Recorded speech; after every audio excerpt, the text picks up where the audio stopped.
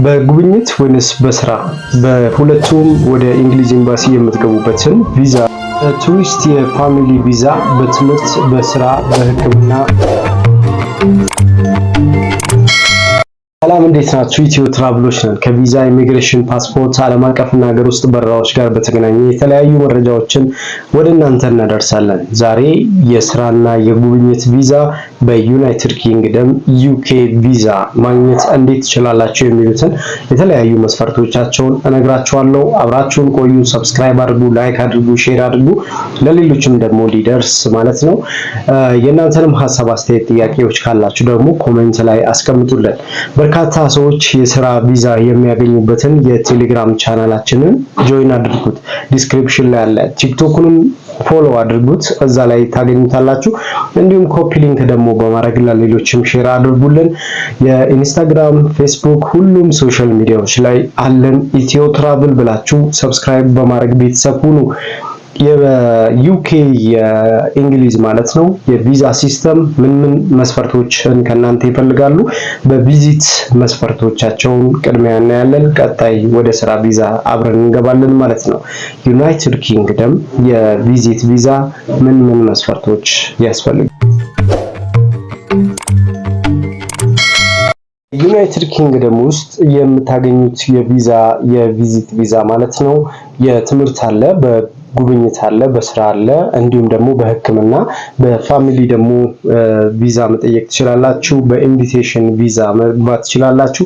እነዚህ ሁሉ የቪዛ ሲስተሞች በጉብኝት ቪዛ ውስጥ ይካተታሉ። ቪዚት ለማድረግ ወደ ዩናይትድ ኪንግደም የሚያስፈልጋችሁ የመጀመሪያው ነገር የባንክ ስቴትመንት ነው። አሁን ባለው ሁኔታ በዩናይትድ ኪንግደም እስከ 2 ሚሊዮን የኢትዮጵያ ብር በባንክ ስቴትመንት ኢንዲንግ ባላንስ ላይ ማሳየት ይኖርባቸዋል። ካሳንቺስ የሚገኘው የዩናይትድ ኪንግደም የቪዛ ፕሮሰስ አፕላይ ለማድረግ የምትሄዱበት የኤምባሲው ቆንጽላ ጽሕፈት ቤት ማለት ነው ቀጠሮ የምታስይዙበት ኤጀንት ቢሮ ነው። ካሳንቺስ ኤሊሌ ሆቴል 6ኛ ፍሎር ላይ ታገኙታላችሁ ይሄንን ቢሮ ማለት ነው። ልክ እዛ ስትገቡ የምትጠየቁት የመጀመሪያው የባንክ ስቴትመንት ነው። እስከ 2 ሚሊዮን የኢትዮጵያ ብር ድረስ ትጠየቃላችሁ። ነገር ግን ሪጀክት ላለመደረግ ከዛ በላይ የባንክ ስቴትመንት ምናልባት በእናንተ በኩል አሪፍ እና አቅም ያለው የባንክ ስቴትመንት ማዘጋጀት ይኖርባቸዋል። በስማችሁ ቤት ቢኖር ይመረጣል። መኪና፣ ንብረቶች የምታስተዳድሩት ድርጅቶች ቢኖራችሁ ደግሞ ሞር ቪዛችሁን ሰፖርት ያደርጋል ማለት ነው።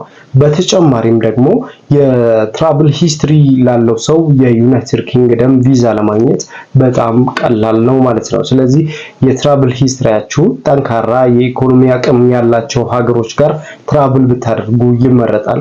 ለምሳሌ ቱርክ እና ጣሊያን፣ አውሮፓ ሀገሮች ላይ እንደዚሁ 1-2 ወይንም ደግሞ ወደ ቻይና ሻንጋይ ቪዛ ቢኖራችሁ ይመረጣል ማለት ነው። ስለዚህ እነዚህ ሀገሮች ላይ የቪዚት ቪዛ ካላችሁ ቀጥታ የዩናይትድ ኪንግደም የጉብኝት ቪዛ ማግኘት ትችላላችሁ ማለት ነው። ስለዚህ እነዚህ ለማሟላት የባንክ ስቴትመንታችሁን ጠንካራ ማድረግ ይጠበቅባቸዋል።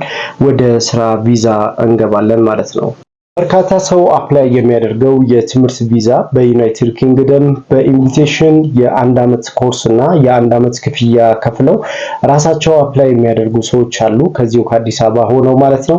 እንዲሁም በተጨማሪ ደግሞ በኢንቪቴሽን ሌተር በተለያዩ ሲዝኖች የሚከፈሉ የትምህርት ክፍያዎችን ከፍለው በዩናይትድ ኪንግደም ባሉ ኮሌጆች፣ ሃይ ስኩሎች ጭምር የትምህርት እድል የሚጠቀሙ በርካታ ኢትዮጵያውያን እንዳሉ ይታወቃል። በትምህርትም ካሉት ከአውሮፓ ሀገሮች የዩናይትድ ኪንግደም የተሻለ የትምህርት ካሪኩለም እና የተሻለ የትምህርት እድል የምትሰጥ ሀገር እንደሆነች ይታወቃል ከአሜሪካን ቀጥሎ። ስለዚህ በርካታ ሰዎችም ለትምህርት ከመላው ዓለም ወደ ዩናይትድ ኪንግደም ያመራሉ። ለኑሮ በርካታ እንግዲህ የስራ እድሎች ባይኖራትም ነገር ግን በትምህርት ካሪኩለማ በጣም አሪፍ ከሚባሉ የአውሮፓ ሀገሮች መካከል ዩናይትድ ኪንግደም አሪፍ የምትባል ሀገር ናት በትምህርት። ስለዚህ በሕክምናም በጉብኝትም እንዲሁም ደግሞ ለንግድም ወደ ተለያዩ ሀገራት ከሚገቡበት አንደኛው ዩናይትድ ኪንግደም አንደኛዋ ናት። አብዛኛው ሰው እንግዲህ እንደሚታወቀው በስራ ወደ ዩናይትድ ኪንግደም አይሄድም ለተለያዩ ሾው ካልሆነ፣ ለምሳሌ የሙዚቃ ፕሮግራሞች ወይንም ደግሞ ፋሽን ሾዎች እና የተለያዩ በኢምፖርት ኤክስፖርት ላይ ከሚሰሩ ሰዎች ጋር በተገናኘ ካልሆነ በስተቀር በንግድ ትስስር ከኢትዮጵያ ባለሀብቶች ጋር ብዙ ግንኙነት የላቸውም ዩናይትድ ኪንግደም ማለት ነው። ስለዚህ አብዛኛው ግን በንግድ ስላችሁ ለምሳሌ ኤክስፖ ሲዘጋጅ በኢትዮጵያ ኤምባሲ በዩናይትድ ኪንግደም በሚገኘው የኢትዮጵያ ኤምባሲ ኢንቪቴሽን ሌተር አጽፈው ወይንም ደግሞ ኤምባሲው በሚያዘጋጀው ኢቨንቶች ላይ ለመታደም ካልሆነ በስተቀር አብዛኛው ጊዜ ለንግድ ብዙ የሚኬድበት ሀገር አይደለም። ነገር ግን በጉብኝት ፋሚሊያቸውን፣ ቤተሰባቸውን እንዲሁም የትዳር አጋራቸውን ለቫኬሽንም ደግሞ ልጆቻቸውን ይዘው የሚሄዱበት ለአሜሪካ ኤምባሲ ደግሞ ለትራቭል ሂስትሪ ብለው ወደ ዩናይትድ ኪንግደም የሚሄዱ በርካታ ሰዎች እንዳሉ ይታወቃል። ስለዚህ እነዚህን ዶክመንቶችን ቅድም ላይ የጠቀስኳቸውን ዶክመንቶችን ካሟላችሁ የቪዚት ቪዛ በዩናይትድ ኪንግደም እነዚህን ፎርሞችን በመሙላት ቪዛችሁን ማግኘት ትችላላችሁ ማለት ነው። የስራ ቪዛ ምን መስፈርቶችና ምንስ ማሟላት ይኖርባችኋል የሚለውን አብረን እናያለን። የስራ ቪዛ ለማግኘት በዩናይትድ ኪንግደም በርካታ ድርጅቶች፣ የግል የመንግስት ድርጅቶች የተለያዩ መስፈርቶችን ይዘው ይወጣሉ።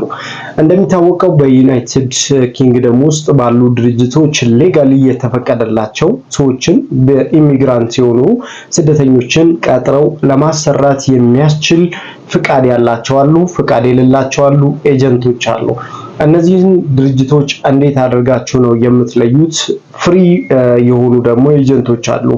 አንዳንድ ድርጅቶች ደግሞ ከድርጅቱ ብቻ የሚቀበሉ ኮሚሽን ወይንም ደግሞ ሰርቪስ ቻርጃቸውን ከኮሚሽን ብቻ የሚቀበሉ አሉ። አንዳንዶች ደግሞ ከናንተ ጭምር የሚቀበሉ አሉ። ስለዚህ ትክክለኛውን የስራ ቪዛ የሚሰጡትን አብዛኛውን እኛ በቴሌግራም ቻናላችን ላይ ኢትዮ ትራቭል የቴሌግራም ቻናል ዲስክሪፕሽን ላይ ያለ የዩቲዩብ ቻናሉ ላይ እዛ ላይ ማየት ትችላላችሁ ማለት ነው።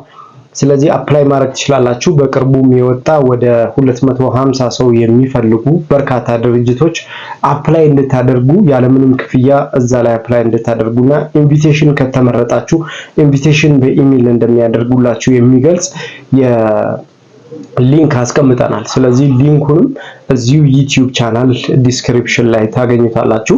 በተጨማሪም ደግሞ እናንተም ገብታችሁ የዩቲዩብ ቻናሉን ላይ ባለው ዲስክሪፕሽን ቴሌግራም ላይ ገብታችሁ አፕላይ ማድረግ ትችላላችሁ ማለት ነው። የስራ ቪዛ ለማግኘት የመጀመሪያው ነገር የሚያስፈልጋችሁ ኢንቪቴሽን ሌተር ነው። ኢንቪቴሽን ማለት የስራ ግብዣ ደብዳቤ ነው። ያ ማለት ወደ እንግሊዝ ገብታችሁ ፋብሪካ ወይንም ደግሞ ድርጅቱ እናንተ የትምህርት ደረጃ አይቶ እናንተን የተቀበለበት መሆኑን እና እያንዳንዱን መስፈርታችሁን አኮሞዴሽናችሁን ምን እዛ ስትቀመጡ የሚያስፈልጋችሁን መጠለያ፣ ምግብ፣ የጤና ዋስትና የተለያዩ መስፈርቶቻቸውን በሙሉ እዛ ላይ ይጠቀሳል ማለት ነው። ኃላፊነቱን የሚወስደው ያ ድርጅት መሆኑንና ሌጋሊ እዛ እንግሊዝ ላይ ስደተኞችን አምጥቶ ለመቅጠርና ለማሰራት ፍቃድ ያገኘ መሆኑን ቼክ ያደርጋሉ የእንግሊዝ ኤምባሲ ማለት ነው። ስለዚህ ያንን ቼክ አድርገው እናንተን ወደ ኤምባሲ ቀጠሮ ለኢንተርቪው ያስገቧቸዋል። ኢንተርቪው ስትገቡ የሚያስፈልጓችሁ ጥያቄዎች አሉ። እነሱ ከስራው ጋር ማለትም ከምትሄዱበት ድርጅት ጋር የተገናኙ ጥያቄዎችን ትጠየቃላችሁ ማለት ነው። እነሱን ማሟላት ግዴታ ከእናንተ ይጠበቃል። ሌላኛው ደግሞ ተጨማሪ በዩናይትድ ኪንግደም በስራ ለምትገቡ ሰዎች ማለት ነው የሚያስፈልጋችሁ ስለ ድርጅቱ ስታትስ ማወቅ ይኖርባችኋል። ስለናንተ የሚጠቅሱ ስታትሶች የልደት ካርድ፣ የትምህርት ደረጃ፣ ፓስፖርት፣ የሜዲካል ዋስትና እንዲሁም ደግሞ የጤና ዋስትና። ሜዲካል ዋስትና ስንል ለምሳሌ የትራቭል ኢንሹራንስም ሊሆን ይችላል። ኢትዮጵያ ውስጥ የሜዲካል ዋስትና አለ። አንዳንድ ቦታዎች ላይ የሚሰጡ አሉ፣ በመንግስትም በግል የሚሰጡ አሉ። የትራቭል ዋስትናዎች ግን ከባንክ ከየትኛውም ባንክ በ1000 ብር በኢትዮጵያ መግዛት ትችላላችሁ። እሱን ገዝታችሁ ትራቭል ዋስትናችሁን ይዛችሁ ወደዚህ ሀገር መግባት ትችላላችሁ። በተጨማሪም ደግሞ ድርጅቱ ምናልባት አኮሞዴሽናችሁ ውስጥ ሊያካትተውና ሙሉ በሙሉ አገልግሎት በሱ በኩል ልታገኙ ስለምትችሉ ይሄንን እድል ድርጅቱ ሊያመቻችላችሁ ይችላል። ከኢንቪቴሽን ሌተር የሚልክላችሁ ድርጅት ማለት ነው። በተጨማሪ ደግሞ የኢንቪቴሽን ሌተሩ ላይ መጠቀስ ያለባቸው ግዴታዎች አሉ፣ ከቪዛ ጋር በተገናኘ ማለት ነው። የቪዛ ጋር በተገናኘ ምን ያህል ጊዜ ነው እንግሊዝ የምትቆዩት? ምን ያህል ስምምነታችሁ ምንድነው? ስራችሁ ምንድነው? ስለእናንተና ስለ ድርጅቱ ስታተስ ኤቭሪቲንግ መጠቀስ ይኖርበታል ማለት ነው።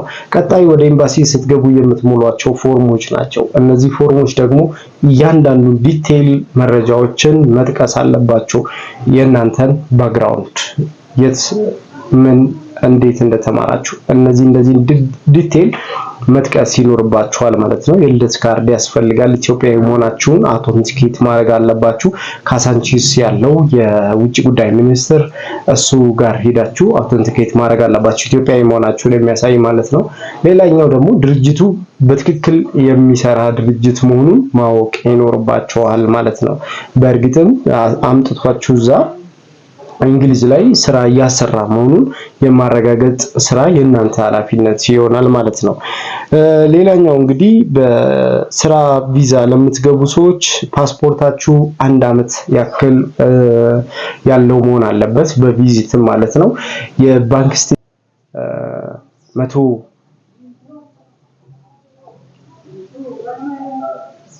ለምሳሌ አጠቃላይ ለዶኩመንታችሁ የምትከፍሉት አፕላይ ስታደርጉ 115 ፓውንድ ትከፍላላችሁ።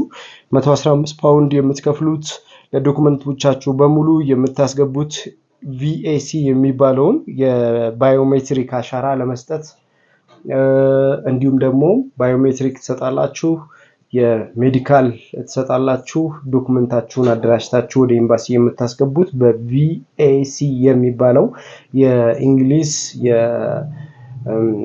ብሔራዊ የቪዛ ምንድን የሚባለው የቪዛችሁን የሚያጣራ አለ። ከዚህ በፊት በተለያዩ ሀገራት ላይ ቪዚት አድርጋችኋል ወይ የሚለውን እና የቪዛችሁን ሲስተም ወደ ኤምባሲ ቀጠሮ የምታስይዙበት ለአሻራ፣ ለሜዲካል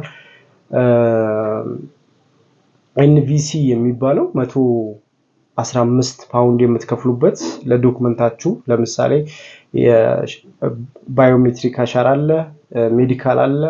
እንዲሁም ደግሞ ዶክመንታችሁን አደራጅታችሁ ደግሞ የኤምባሲ ቀጠሯችሁን ጭምር የምታስገቡበት የ115 ፓውንድ የምትከፍሉበት ለዶክመንታችሁ የመጀመሪያው ክፍያ እሱን ይሆናል ማለት ነው። ለተጨማሪም ደግሞ የሜዲካል ትሪክ 1 ሳምንት ይፈጅባቸዋል። እዚሁ ካሳንቺስ ኢሊሌ ሆቴል 6ኛ ፍሎር ላይ ያለው ያችሁባቸውንና የወርክ ቪዛ የአፕላይ ያደረጋችሁባቸውን ዶክመንቶችን ማቅረብ ይኖርባቸዋል። ፓስፖርታችሁ ቅድም ላይ እንደተናገርኩት ቢበዛ 1 ዓመት ያክል ኤክስፓየር ዴት ያለው መሆን የተደረጋችሁበትን ምክንያት የሚጠቅስ ደብዳቤ ያስፈልጋችኋል። ይሄም ደግሞ ከኢንቪቴሽን ከሚልክላችሁ የዩናይትድ ኪንግደም ድርጅት ወይም መስሪያ ቤት እናንተን ለምን እንደመረጧችሁ የሚያስረዳ ደብዳቤ ለኤምባሲ መጻፍ አለበት ማለት ነው። እነዚህን ዶክመንቶችን አሟላችሁ ወደ ዩናይትድ ኪንግደም ብትገቡ፣ ወደ ዩናይትድ ኪንግደም ኤምባሲ እንግሊዝ ኤምባሲ ብትገቡ ያለምንም ጥርጥር ቪዛችሁን አፕሩቭ ያደርጉላችኋል ማለት ነው። ይሻላል። ብዙ ሰው አፕላይ በትምህርት ወደ ዩናይትድ ኪንግደም ሲያደርግ አንዳንድ ሰው የ3 ወር የአይልስ እና የቶፍልስ ፈተናዎችን ተፈትኖ የሚያስገባ አለ። ሪጀክት ነው የሚደረገው ያለምንም ጥርጥር። ነገር ግን አንድ ወራት የተከታተሉን የምታገኙት እዛው የእንግሊዝ ኤምባሲ $70 መግዛት ትችላላችሁ መጽሐፉን ማለት ነው። በአይልስ እና በቶፍልስ ላይ ፈተና መግባት የምትፈልጉ ሰዎች ማለት ነው። እሱን አጥንታችሁ ወደ ፈተና መግባት ትችላላችሁ። ነገር ግን የሚያስተምሩ አሉ። ስለዚህ ትምህርቱን ተከታትላችሁ አይልስ እና ቶፍልስ ፈተናን ተፈትናችሁ ለትምህርት አፕላይ አድርጋችሁ ቀጥታ ወደ እንግሊዝ ብትገቡ ሪጀክት ቪዛ የመደረግ እድላችሁ ጠባብ ይሆናል። አንዳንድ ሰው በ3 ወር ፈተና እናደርሳቸዋለን ብለው ፈትነው ብቻ ከዩኒቨርሲቲ ሆነ ከተለያዩ ተቋማት የመጡ ተማሪዎችን ቀጥታ ወደ ዩናይትድ ኪንግደም ቪዛ አፕላይ ወደ እንግሊዝ ኤምባሲ የሚልኩ ሰዎች አሉ። ሪጀክት ነው የሚደረጉት ያለምንም ጥርጥር ማለት ነው። ስለዚህ ሪጀክት ከመደረጋችሁ በፊት ግን መጽሐፉንም ይዛችሁ ትምህርቱንም እየተማራችሁ ወደ ፈተና ብትገቡ እና ውጤታችሁ ጥሩ ከሆነ የእንግሊዝ ኤምባሲ አይልስና ቶፍልስን ለያዙ ተማሪዎች ቅድሚያ እንደሚሰጥ ይታወቃል። አሜሪካን ኤምባሲም ተመሳሳይ ነው። ስለዚህ እነዚህን ዶክመንቶችን ካናዳን ጨምሮ ተመሳሳይ የትምህርት ቪዛ ሲስተም ነው ያላቸው። ስለዚህ እነዚህን ፈተናዎችን ቋንቋ በደንብ ለተማረ ሰው ፈተናውን ላለፈ ሰው ቪዛ አፕላይ ወይንም ደግሞ አፕሩቭ እንደሚያደርጉ ይታወቃል ማለት ነው። ስለዚህ ሪጀክት ከመደረጋችሁ ይሄን ጊዜ ለፍታችሁበትም ይሄን ገንዘብም አውጥታችሁ ሪጀክት ከተደረጋችሁ ድጋሚ ለመሞከር ግዴታ 1 ዓመት መጠበቅ ይኖርባችኋል ማለት ነው። ስለዚህ ያንን ኢትዮ ትራቭሎችንን የቪዛ መረጃዎችን ወደ እናንተ እናደርሳለን። ሰብስክራይብ በማድረግ ቤተሰብ ሁኑ። ሐሳብ፣ አስተያየት፣ ጥያቄ ካላችሁ እንቀበላለን። የአሜሪካን የዲቪ ሎተሪ ለመጣላችሁ ሰዎች አፕላይ ያደረግን እንገኛለን። በዚህ ስልክ ቁጥር ላይ ደውሉልን። እንዲሁም ደግሞ በተለያዩ የቪዛ ሲስተም ላይ ቪዛ የምትፈልጉ ለጉብኝት ትራቭል ሂስትሪ ለምትፈልጉ ሰዎች ደግሞ ለእናንተም ቪዛ እየሞላን እንገኛለን ማለት ነው። ቪዛ እያመጣን እንገኛለን። በግሩፕ ሜል የምትፈልጉ ለትራቭል ሂስትሪ ጣሊያን፣ ስፔን፣ ግሪክ፣ ጀርመን፣ ፈረንሳይ እነዚህን ቪዛዎችን እየሰራን እንገኛለን። ዱባይ እና ቱርክን ጨምሮ ማለት ነው። ስለዚህ በግሩፕ መሄድ የምትፈልጉ ሰዎች ካላችሁ በዚህ ስልክ ቁጥር መደወል ትችላላችሁ። በተጨማሪም ደግሞ የአሜሪካን ኤምባሲ ቀጠሮ ማስያዝ የምትፈልጉ በጉብኝት፣ በስራ፣ በቤተሰብ በተለያዩ ኢቨንቶች እንግዲህ ፕሮግራሞች ወደ አሜሪካን መሄድ የምትፈልጉ ሰዎች ካላችሁ ወደ አሜሪካን ኤምባሲ የሚያስገባችሁን ቀጠሮችን እያስያዝን ስለሆነ በእኛ በኩል መደወል ትችላላችሁ። የዱባይ መኖሪያ ፈቃድ፣ የዱባይ ታክሲ መስራት የምትፈልጉ ሰዎች ካላችሁ፣ ዱባይ ላይ ቢዝነስ መስራት የምትፈልጉ ሰዎች ካላችሁ እናንተም ደውሉልን። የቱርክ ቪዛ በቀጣይ ሮብ ዕለት ምዝገባ እንጀምራለን።